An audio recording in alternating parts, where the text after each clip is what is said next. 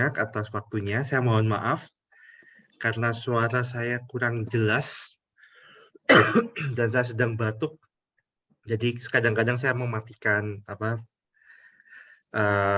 kameranya, saya minum dan sebagainya. Jadi nanti saya mohon maaf. Baik, hari ini kita akan berbicara tentang kitab Yeskel. Saya akan memberikan sebuah gambaran umum tentang kitab ini. Saya akan izin share screen sebentar. Ya, semoga sudah kelihatan ya, Ibu Bapak sekalian. Sebentar.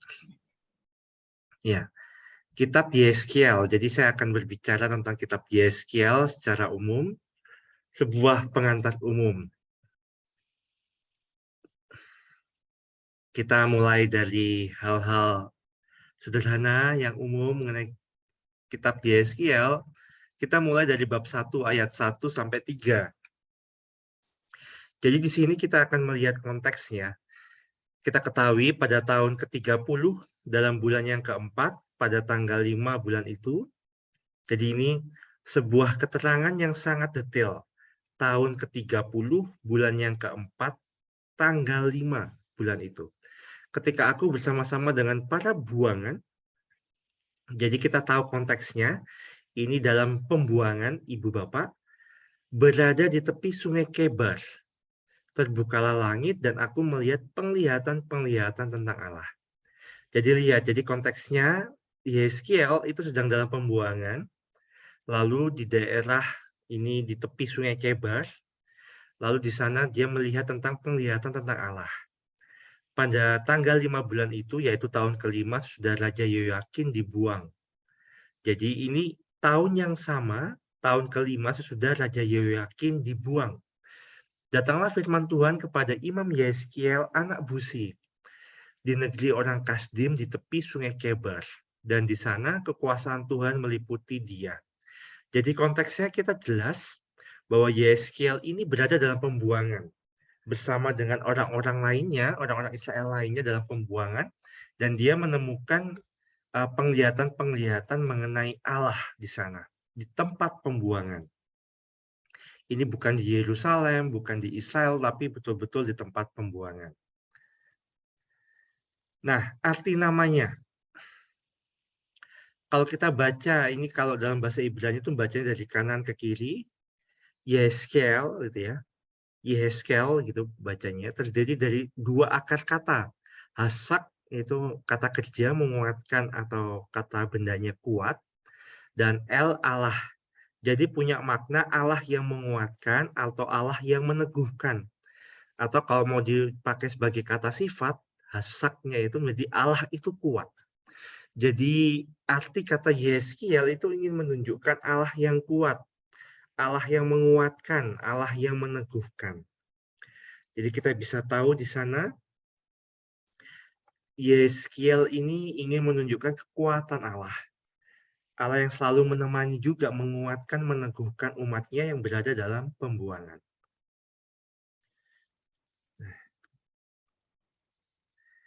Nama Yeskiel itu hanya disebut 2 kali dalam kitabnya. Ini maksudnya dalam kitab berbahasa Ibrani ya, Ibu Bapak, jadi dalam teks aslinya itu hanya disebut 2 kali. Kalau dalam teks terjemahan, misalkan dalam bahasa Indonesia atau dalam bahasa Inggris, kemungkinan saya belum mengecek lagi, bisa lebih dari 2 kali. Itu maksudnya apa, Romo? Kok bisa ada 2, ada yang lebih? Kalau kita mengecek dari teks aslinya hanya 2 kali, tapi seringkali kata ganti orang ketiga itu seringkali diterjemahkan memakai nama yang dimaksud. Misalkan kalau kita ingin mengatakan, misalkan apa ya, tanahnya. Oh, itu tanahnya siapa? Oh, tanahnya Yeskiel. Nah, dalam kitab aslinya hanya pakai kata ganti orang ketiganya. Lalu diganti, oh tanah Yeskiel atau tanah milik Yeskiel dan seterusnya. Jadi dalam terjemahan itu kata Yeskiel kemungkinan, jadi kemungkinan ini ya, kemungkinan besar bisa lebih dari 2 kali. Tapi kalau dalam kitabnya sendiri, dalam tulisan aslinya, itu hanya 2 kali. Tidak banyak Ibu Bapak. Jadi nama Yeskiel itu hanya muncul 2 kali. Di bab 1 ayat 3 dan bab 24 ayat 24. Kitab lain tidak ada yang menyebut. Nah, ini menarik. Jadi, Nabi Yeskiel ini tidak pernah disebut di kitab-kitab lainnya. Hanya ada dalam kitabnya, dan itu pun hanya 2 kali. Nama tersebut mempunyai hubungan khusus dengan interpretasi atas penglihatan panggilannya. Ini nanti kita bisa, atau Ibu Bapak bisa membaca sendiri dalam Yeskiel 3 ayat 7-9. Itu nanti kita akan menginterpretasikan apa yang dilihat oleh Yeskiel. Nanti kita akan perlahan-lahan melihat apa penglihatan yang dilihat oleh Yeskiel, lalu apa maknanya. Jadi kita mulai masuk dalam penglihatan-penglihatan sebetulnya. Ini Yeskiel 3 bab 3 ayat 7-9. Nah, ini Ibu Bapak, ada artinya di sana. Aku meneguhkan hatimu, kuteguhkan hatimu. Jadi kurang lebih itu Allah yang meneguhkan, Allah yang menguatkan. Jadi ada kaitannya di sini. Nama Yeskiel itu berkaitan dengan sifat atau identitas Allah di sini yang meneguhkan hati umatnya. Jadi saya akan bacakan. Akan tetapi kaum Israel tidak mau mendengarkan engkau, sebab mereka tidak mau mendengarkan aku. Karena seluruh kaum Israel berkepala batu dan bertegar hati. Jadi dikatakan di sini, orang-orang Israel itu tidak mau mendengarkan Yeskiel. Tapi Allah itu kayak meneguhkan, jangan khawatir. Nah, memang begitu. Orang-orang itu berkepala batu, bertegar hati, hatinya keras gitu ya. Lihat, aku meneguhkan hatimu melawan mereka yang berkepala batu dan membajakan semangatmu melawan ketegaran hati mereka. Jadi di sini Yeskiel itu dikuatkan, diteguhkan oleh Allah. Seperti batu intan yang lebih keras daripada batu, kuteguhkan hatimu. Janganlah takut kepada mereka dan janganlah gentar melihat mukanya, sebab mereka adalah kaum pemberontak. Jadi dikatakan itu malah inilah orang-orang Israel itu adalah kaum pemberontak. Jadi gambaran yang kita temukan di sini adalah gambaran bangsa Israel yang pemberontak, yang bertegar hati, berkepala batu. Jadi memang istilahnya sederhananya susah untuk diberitahu atau dinasihati. Dan ini yang dihadapi Yeskiel ketika berada di dalam pembuangan. Nah, disinilah Allah itu Yahweh atau Adonai meneguhkan hati Yeskiel untuk melawan kaum Israel yang berkepala batu, bertegar hati, dan memberontak. Jadi Yeskiel ini memiliki relasi yang begitu dekat dengan Allah, dan Allah lah yang meneguhkan dia. Allah lah yang memberikan kekuatan bagi dia untuk menyampaikan pesan Allah kepada umatnya ini, umat Israel. Nah, ini yang menarik Ibu Bapak. Dikatakan Yeskiel ini adalah anak Imam Buzi. Yeskiel berasal dari keluarga Imam Sadok di Yerusalem. Jadi dia ini memang keturunan imam, keluarga imam. Imam siapa? Imam Sadok. Ini khusus juga siapa Imam Sadok ini, kita akan mendalami. Apa sebetulnya Imam Sadok? Sadok berasal dari bahasa Ibrani, ya ini Sadok atau Sadek gitu ya, atau kita sekarang mendengarnya ya saleh, berbudi, budiman gitu ya. Sedek gitu ya, Sadok, Sadok. Jadi arti katanya sebetulnya ini artinya adalah imam yang saleh, yang berbudi, yang budiman. Tapi Sadok itu juga adalah sebuah nama sebetulnya. Nah, di sini kita bisa melihat ini dari Harun. Dari apa ya, keluarganya Musa gitu ya istilahnya. Harun mempunyai 4 anak laki-laki, Nadab, Abihu, Eleazar, dan Itamar. Nadab dan Abihu meninggal lebih dahulu dari ayah mereka tanpa mempunyai anak. Karena itu, Eleazar dan Itamar, saudara-saudara mereka, menjadi imam. Jadi ada Imam Harun dalam satu tawarik, dan kita tahu keturunannya itu Eleazar dan Itamar, nanti dari keturunan mereka adalah keturunan para imam nantinya. Nah, yang menarik adalah Daud membagi keturunan Harun dalam kelompok-kelompok menurut tugas mereka. Jadi Harun ini adalah keluarga Harun ini keluarga yang terpandang. Lalu bahkan Daud ini sang raja itu membagi keturunan mereka, punya peran masing-masing. Dalam pekerjaan pengelompokan itu, Daud dibantu oleh Sadok. Nah, Sadok ini keturunan Eleazar dan oleh Ahimelek, keturunan Itamar. Berarti Nabi Yeskiel ini keturunan Eleazar. Jadi garis keturunan dia ini. Nah, apa yang khusus nanti kita akan melihat. Sadok ini keturunan Lewi. Lewi ini memang khas apa ya? Para imam. Jadi ini keluarga para imam gitu ya, keturunan para imam melalui Harun. Harun ini tokohnya gitu ya. Dalam satu raja-raja kita bisa lihat gitu ya.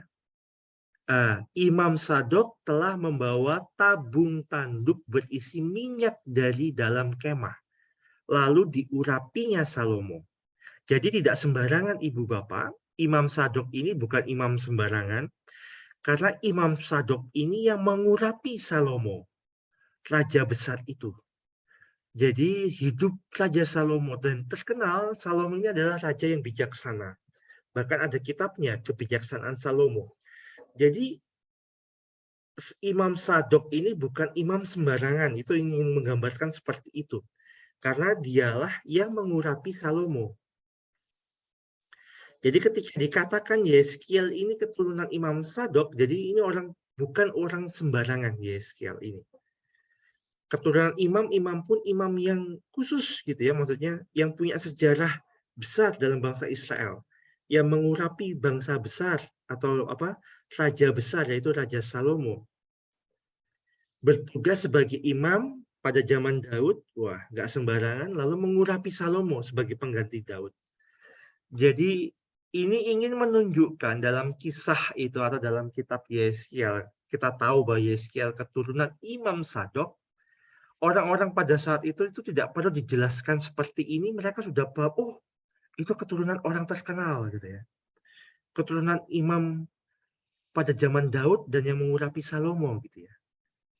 Atau kalau kita itu ya misalnya konteks dalam Indonesia gitu, keturunan misalkan siapa ya, oh Jenderal Sudirman gitu ya, kita langsung tahu, oh Sudirman, keturunan Sudirman, Jenderal Sudirman gitu ya, pahlawan kita dulu, oh dia masih cucunya atau dia cicitnya gitu ya. Jadi kita bisa punya langsung kaitan, oh siapa dia. Jadi kalau itu contoh saja, kalau di Indonesia contoh yang kita, oh keturunan Soekarno gitu ya, kita langsung tahu siapa dia ini, siapa itu Soekarno, siapa itu Sudirman, dan seterusnya. Nah, kalau orang-orang pada saat itu, kalau kita berbicara tentang Yeskiel dan berbicara tentang Sadok, oh berarti ini keturunan imam yang sungguh luar biasa gitu ya, pada zaman Daud mengurapi Salomo. Nah, konteksnya tadi saya mengatakan ini adalah pembuangan, jadi pembuangan ke Babel di tepi Sungai Kebar gitu ya. Di tahun 593 sebelum Masehi. Jadi ini sekitar abad ke-6 sebelum Masehi, Ibu Bapak. Yeskiel itu ikut dibuang ke Babel bersama para buangan dan bersama Raja Yoyakin. Jadi ini rajanya adalah Raja Yoyakin. Mengapa raja itu selalu penting disebut namanya? Untuk mengetahui zaman kapan hal itu terjadi. Jadi kalau ada raja-raja disebut di dalam sebuah kisah, dalam perjanjian lama, mungkin kita tidak tahu kapan tahunnya gitu ya, tahun pastinya, sebelum Masehi, tahun berapa. Tapi paling tidak dengan menyebut nama raja, kita bisa tahu, nanti kita cari di konteks misalkan dalam bidang arkeologi, atau dalam bidang sejarah di daerah Israel kuno pada waktu itu, nanti kita bisa mengetahui masanya, ini masa tahun kapan. Dan menempati tepi Sungai Kebar dekat Nippur. Nah ini menarik ini. Apakah ada tempat itu gitu ya? Kita bisa bertanya-tanya atau kita bisa itu di mana gitu. Nah ini dua raja-raja. Selain kalau kita ingin melihat tentang Yoyakin, kita bisa melihat dua raja-raja bab 24 gitu ya. Misalkan yang ayat 14 yang warna kuning itu ya. Ia mengangkut seluruh penduduk Yerusalem ke dalam pembuangan semua panglima dan semua pahlawan yang gagah perkasa, 10.000 orang tawanan, juga semua tukang dan pandai besi. Tidak ada yang ditinggalkan kecuali orang-orang lemah dari rakyat negeri. Ia mengangkut Yoyakin ke dalam pembuangan ke Babel. Jadi, dua raja-raja ini ingin memberikan gambaran yang lebih utuh tentang pembuangan dan Raja Yoyakin. Jadi kita lihat Ibu Bapak, yang dibuang itu sebetulnya adalah orang-orang penting. Kalau rakyat-rakyat jelata, orang-orang biasa, itu mereka tidak dibuang sebetulnya. Mereka tetap di Yerusalem, mereka tetap di Israel, tapi yang dibuang itu sebetulnya adalah orang-orang penting. Ya raja lah, ya pemimpin pemerintahan yang dianggap nabi, para tukang pandai besi gitu ya, pemimpin pemerintahan dan sebagainya, guru-guru gitu.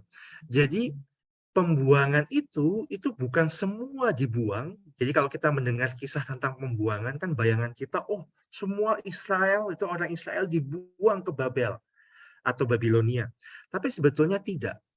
Sebetulnya masih ada rakyat kecil, rakyat biasa, jelata, rakyat biasa yang ada di tanah Israel pada waktu itu. Tapi orang-orang pentingnya semua dibuang ke sana. Nah, apakah ada, tadi kan kita bertanya, Sungai Kebar atau dekat Nippur, itu apakah ada sebetulnya? Kalau kita, itu sebetulnya ada Ibu Bapak. Ini sebetulnya Sungai Kebar sekarang gitu ya. Dalam bahasa Arab itu Al-Kabur. Al-Kabur, bacanya dari kanan ke kiri. Gitu ya. Bahasa Ibrani itu Kebar. Bahasa Kurdi Zabur. Bahasa Suryani ini bahasa khas gitu ya. Habur atau Turkinya Habur. Jadi adalah anak sungai perennial terbesar dari sungai Efrat di wilayah Suriah sekarang. Lembah Kebar atau Kabur Valley yang saat ini itu menjadi tanah pertanian seluas sekitar 4 juta hektar, apa istilahnya, acre gitu ya, 16.000 km persegi gitu. Adalah daerah penanaman gandum utama di Suriah. Jadi sebetulnya Sungai Kebar sampai sekarang itu adalah daerah penghasil gandum di daerah Suriah. Jadi kalau sempat kita dengarkan itu ya, krisis gandum gitu ya, akibat perang Rusia dan Ukraina, sebetulnya di daerah Suriah itu banyak gandum sebetulnya, di daerah ini, Sungai Kebar. Bagian timur laut juga merupakan pusat produksi minyak Suriah. Jadi sungai ini terbentang dari Turki, Syria, sampai Irak sekarang ini. Jadi ini memang sungai yang begitu panjangnya. Turki, Syria, dan Irak di daerah-daerah itu. Nah ini, itu Babilonia pada zaman Hammurabi, pada sekitar tahun-tahun masa-masa pembuangan itu, Babilonia Nippur. Jadi itu dekat, jadi ya. Kota Babilonia dan Nippur itu ya dekat. Ketika kita mengetahui bahwa orang-orang itu dibuang ke Babilonia, tapi tepatnya di mana? Di dekat Nippur. Istilahnya gini, rumahmu di mana gitu ya? Oh, rumah saya di Jakarta. Jakartanya mana? Bekasinya gitu ya, atau Tangerangnya. Biasanya orang bilang gitu.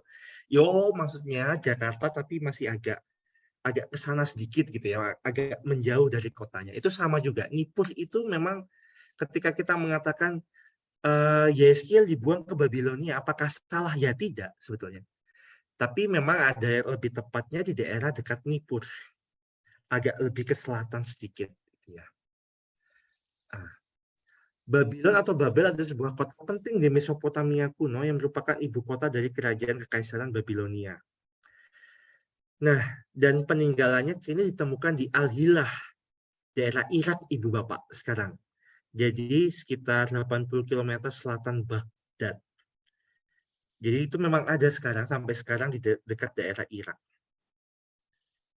Ini bahasa Nippur, salah satu kota Sumeria paling kuno, artinya dan sebagainya. Ini kita bisa lihat ya, Ibu Bapak, Tuan Angin misalkan, penguasa kosmos. Jadi ini tempat ibadah khusus Dewa Sumeria, Enlil. Nippur terletak di daerah Nufar modern, Afak, Irak, daerah Irak lah. Pokoknya ini daerah Irak sekarang. Nah, ini masih ada peninggalan-peninggalan arkeologi di daerah-daerah itu. Nah, di tahun itu saat masuk sebagai anggota imam. Jadi tahun ke-30 di umurnya dan saat masuk sebagai anggota imam. Maksudnya apa? Pada waktu itu ketika seseorang keturunan imam itu berumur 30, itu baru dia diangkat sah sebagai seorang imam, atau istilahnya kita mengatakan sekarang ditabiskan gitu ya istilahnya. Tapi kalau pada waktu itu tidak, agak berbeda. Umur 30 lalu mereka masuk sebagai anggota para imam. Lalu juga dia dipanggil menjadi nabi, berpusat pada nubuat penghakiman atas umat Israel, Yehuda dan Yerusalem. Jadi ini maksudnya apa?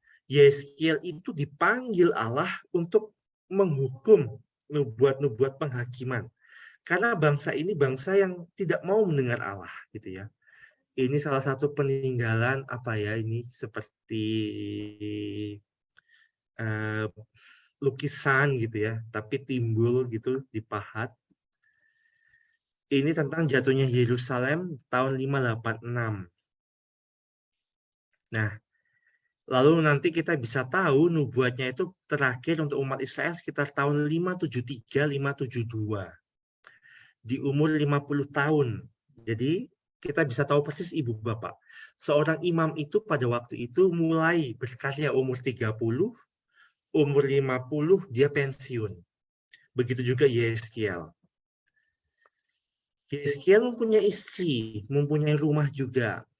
Lalu hidupnya terbentang dari periode pembaruan Yosia, lalu juga sampai hari-hari terakhir kerajaan selatan sampai dibuang ke Babel.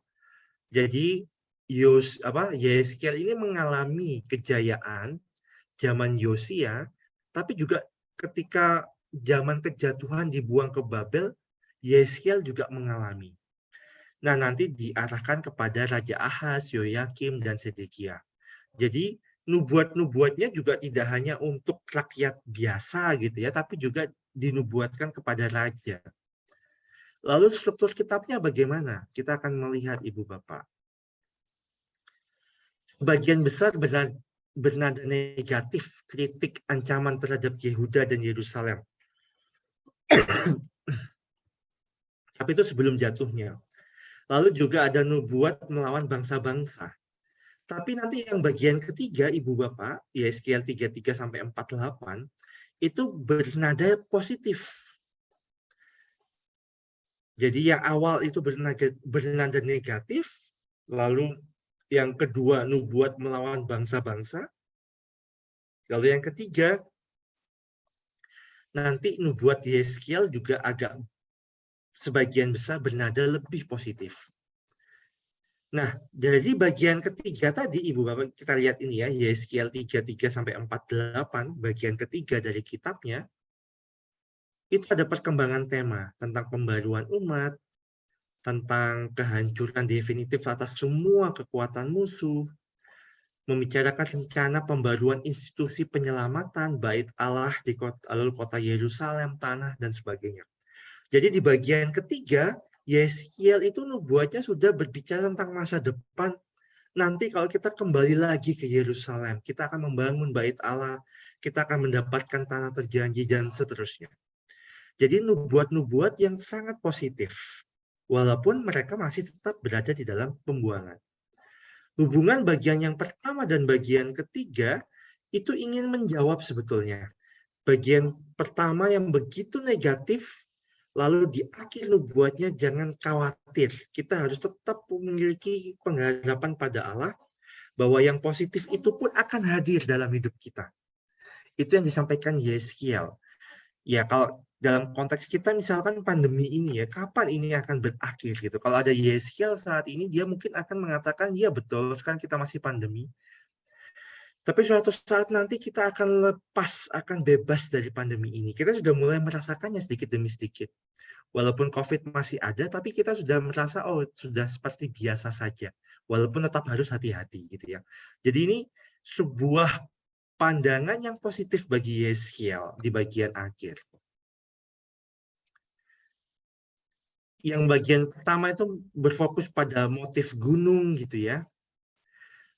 Lalu tentang nabi sebagai penjaga, kemuliaan Allah, gunung juga itu gambaran kemuliaan Allah sebetulnya. Lalu nanti juga ada penglihatan di Babel, bab 1 sampai 3. Nanti juga kita akan melihat penglihatan tentang Yerusalem di bagian akhir, bab 40 sampai 48. Jadi kita bisa melihat Ibu Bapak, kitab ini itu dimulai dan ditutup oleh penglihatan-penglihatan. Penglihatan Yeskiel. Tapi nanti ada kaitannya tentang kemuliaan Allah gitu ya. Kita akan melihat bersama bagaimana kemuliaan Allah itu tidak berakhir. Lalu kita juga melihat dari Babel nanti kita akan menuju lagi ke Yerusalem. Sebuah pengharapan sebetulnya. Struktur 7 bagian kitab Yeskiel. Ini saya hanya ingin menunjukkan bahwa kitab ini sudah dibagi-bagi sebetulnya sangat sistematis, sangat jelas gitu Ibu Bapak. Jadi ditulis dengan sangat baik juga. Di sini kita bisa melihat bagian pertama ada tuduhan kepada Israel, lalu ada penghakiman atas Israel, penghakiman atas bangsa-bangsa di luar Israel, lalu Yerusalem telah runtuh, jatuh, lalu nanti ada harapan di sana. Lalu ada harapan juga bagi bangsa-bangsa, lalu harapan bagi semua makhluk. Lihat, ada tuduhan kepada Israel, akhirnya jatuh Yerusalem. Ada penghakiman, tapi nanti ada harapan juga di sana. Baik bagi bangsa Israel maupun bangsa-bangsa lainnya. Dan yang terakhir nanti Yerusalem runtuh, tapi nanti ada juga harapan bagi seluruh atau semua makhluk. Jadi seluruh kitab Yeskiel ini pada akhirnya berbicara tentang pengharapan. Pengharapan bagi semua makhluk, bukan hanya untuk bangsa Israel, bagi kita semua. Jadi menuju ke sesuatu yang sangat universal gitu ya. Awalnya sangat parsial atau sangat sangat khusus untuk bangsa Israel, tapi lama-kelamaan itu temanya kalau kita ingin mendalami sepertinya itu lebih berkembang menuju kepada pengharapan. Kita akan melihat misalkan salah satu contoh ini ya, pendalaman teks dalam kemuliaan Tuhan gitu. Saya akan cepat saja, saya tidak akan membahas. Ini teks aslinya Ibu Bapak dalam bahasa Ibrani, Yeskiel 1 dan Yeskiel 3 gitu ya. Ini Yeremia yang sebelah kanan lalu langsung masuk ke Yeskiel. Jadi gabung dalam teks aslinya. Nah ini, begitulah kelihatan gambar kemuliaan Tuhan. Kemuliaan Tuhan menunjuk pada pengalaman teofani Allah yang menampakkan diri. Bukan dalam arti yang abstrak Ibu Bapak, maksudnya ketika Yeskiel melihat Allah itu bukan gambaran yang abstrak, tapi betul-betul dialami, mengagumkan oleh Yeskiel. Garis besarnya itu, nah ini saya akan nanti Ibu Bapak bisa baca sendiri, tapi ini dikatakan Yeskiel pada waktu itu di Babel dengan para buangan, lalu melihat angin badai dari utara membawa segumpal awan besar dengan api, berbicara tentang arah yang penting. Jadi berbicara tentang awan Ibu Bapak.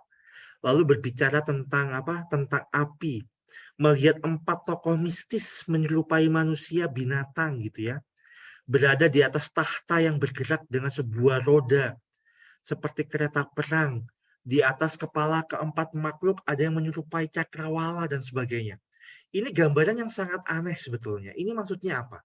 Kalau kita dalami, kita akan mendapatkan maknanya sebetulnya. Nanti kita akan berbicara tentang keagungan atau kemuliaan Allah. Jadi itu sebetulnya adalah gambaran kemuliaan Tuhan mengendarai kereta perang kerajaannya. Lalu kemuliaan Allah, awan itu merupakan gambaran kabut kemuliaan. Awan itu merupakan sesuatu yang penting.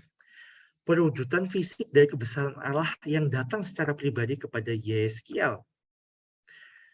Lalu nanti kita akan melihat kemiripannya seperti Allah di Gunung Sinai. Mengapa kemuliaan Tuhan? Nah, pertanyaannya begini Ibu Bapak. Lalu mengapa Yeskiel itu melihat kemuliaan Tuhan ada di Babel? Mengapa tidak berada di bait suci di Yerusalem? Pertanyaannya begini. Ini kan Yeskiel sekarang sudah di pembuangan di Babilonia. Tapi ketika dia melihat penglihatan itu, kok malah justru melihat kemuliaan Tuhan? Kan kemuliaan Tuhan itu ada di bait suci di Yerusalem. Mengapa kok Yeskiel melihatnya di Babilonia? di daerah para musuh, gitu istilahnya. Di daerah yang tidak baik, daerah pembuangan, tapi justru melihat kemuliaan Tuhan di sana. Nah, ini menjadi pertanyaan, kita pegang dulu. Nanti ini kemuliaan Tuhan itu seperti itu gambarannya Ibu Bapak. Ada roda, ada api, ada awan. Kalau digambarkan itu yang dilihat Yeskiel itu seperti itu. Tapi sebetulnya ini merupakan secara umum saya akan singkat menjelaskan ini kemuliaan Tuhan dan kekuasaan Tuhan gitu. Jadi angin badai bertiup dari utara membawa segumpal awan yang besar. Jadi ini seperti kemuliaan Tuhan yang berjalan. Itu gambarannya. Kalau kita gambar itu kok jadinya kok seperti aneh gitu ya. Jadi seperti roda dan sebagainya. Jadi kalau kita membaca teksnya itu memang gambarannya aneh. Tapi ada maksudnya di sana. Semua itu berbicara tentang kemuliaan Tuhan. Nah, kok bisa gambarannya seperti itu? Itu juga karena ada pengaruh Ibu Bapak. Budaya-budaya kuno di sekitarnya. Saya akan cepat saja dari sini. Nah ini, angin badai gitu ya, bertiup dari utara. Itu sebetulnya kata utara di sini dalam bahasa Ugaritik itu SPN gitu ya, punah dalam abad ke-12 sebelum Masehi. Itu maksudnya awan yang bersih. Mengapa ke utara? Utara itu merujuk pada gunung Zafon. Zafon itu adalah dewa badai Kanaan. Ini ditemukan dalam teks-teks Asiria kuno. Gunung Cassius kalau sekarang dalam tradisi Yunani. Jadi ternyata pada waktu itu daerah-daerah sekitar itu mengatakan utara. Oh, daerah utara gunung. Itu mereka tahu. Di sana itu ada kekuatan besar dewa badai namanya. Kanaan. Tapi justru di sini Yeskiel mengatakan itu Allah, kekuatan Allah gitu ya. Allah yang besar itu. Jadi ini juga kalau ingin dilihat sebagai konflik itu sebetulnya konflik antara agama Yahudi atau orang-orang Israel pada waktu itu dengan agama-agama di sekitarnya. Dia mengatakan tidak ada dewa-dewi itu. Allah kami yang terbesar, bahkan lebih besar dari dewa-dewi itu. Termasuk dewa Sapon ini ya. Dewa badai ini. Ini Gunung Sebel daerah Syria Turki sekarang ini ya. Ternyata ada. Jadi memang merujuk pada sebuah daerah yang konkret ada sebetulnya. Nah, ini gambaran penglihatan Yeskiel kalau kita ingin menggambarkan penglihatannya gitu ya. Melihat rupa-rupa roda, gambaran sebuah kendaraan ilahi. Ini maksudnya apa sebetulnya? Ini sebetulnya gambaran-gambaran kekuasaan Allah sebetulnya. Lalu juga lebih berbicara tentang pengadilan ilahi. Ada kursi dari nyala api, ada roda-rodanya. Itu seperti Allah yang duduk yang paling kiri kalau dari tempat saya itu, Allah yang duduk di tahtanya yang mengadili bangsa Israel. Jadi ini gambaran Nabi Yeskiel. Lalu ada 4 pula sayapnya gitu ya. Mempunyai muka manusia di depan, muka singa dan sebagainya. Itu sebetulnya juga dekat dengan dewa-dewi pada waktu itu. Tapi yang dilihat di Yeskiel itu bukan dewa-dewi, itu gambaran-gambaran dewa-dewi pada waktu itu, Ibu Bapak. Ada punya sayap, ada yang punya muka manusia di depan, ada yang punya mukanya singa gitu ya. Ini seperti gambaran dewa-dewi pada waktu itu. Tapi sebetulnya ini enggak. Ini juga kalau kita melihat dari sudut pandang polemik dengan agama-agama lokal pada waktu itu, Yeskiel juga ingin mengatakan enggak, Allah kami yang lebih besar. Gambaran-gambaran ini selalu dikaitkan dengan Allah sebetulnya, bukan dewa-dewi. Tapi ini hanya ingin menggambarkan bahwa ternyata itu ada dewa-dewi seperti itu pada waktu itu. Nah ini contoh-contohnya ya. Orang dewa berjanggut, nah itu ada janggutnya itu yang atas. Berdiri pada sebuah platform yang disupport oleh 2 singa gitu ya. Ini patung-patung dewa-dewi. Pembawa langit misalkan itu juga ada. Banteng dan manusia gitu ya. Nanti saya ingin menggambarkan, nah ini Yeskiel bab 1 ayat 5-7 menyerupai 4 makhluk hidup gitu ya, ada 4 muka, 4 sayap. Sebetulnya kalau digambarkan, loh itu kok persis kayak dewa-dewi pada waktu itu. Iya, tapi ini bukan untuk dewa-dewi itu. 4 penjuru dunia dan seterusnya. Nah, ini masih ada lagi. Jadi saya hanya ingin menggambarkan tentang dewa-dewi ini. Ini juga sama, Ibu Bapak, pembawa langit gitu ya. Nah, multiple faces gitu ya. Begitu banyaknya wajah, multiplicity of faces. Jadi gambaran yang ada di bab 1 penglihatan Yeskiel itu seperti gambaran dewa-dewi pada waktu itu. Tapi sebetulnya tidak. Yeskiel ingin melawan itu sebetulnya. Dengan arti lain itu ya. Ini misalkan kita bisa melihat itu ya. Pembawa langit, lalu nanti di bawahnya nanti ada juga makhluk dengan sayap, lalu ada banteng, ada singa, semua muncul di sana. Ini dari penemuan-penemuan arkeologis ya Ibu Bapak. Jadi ternyata kalau kita melihat secara arkeologis, apa yang digambarkan Yeskiel itu sebetulnya ada nyata pada waktu itu. Disembah oleh orang-orang Babel. Maaf, ini waktunya agak mundur sedikit, saya akan menjelaskan lagi. Ya. Nah, yang menarik Ibu Bapak, manusia, burung, elang, ternak, lembu, binatang buas, atau singa, itu persis gambaran nanti dalam perjanjian baru mengenai 4 Injil, penulis Injil. Itu sebetulnya adalah berawal dari ini, gambaran Yeskiel. Dan semuanya ini merupakan wajah-wajah yang mengekspresikan kekuatan ilahi. Merepresentasikan yang terbaik dari setiap makhluk hidup, ciptaan Tuhan, kekuatan supernatural. Jadi gambaran-gambaran manusia, burung, elang, ternak, lembu, atau singa, itu merupakan gambaran kekuatan Allah dari seluruh sudut bumi gitu ya, sudut mata angin. Nah, saya akan cepat saja. Nanti Ibu Bapak bisa membacanya, saya hanya ingin menyampaikan. Ini bab 1 masih sama.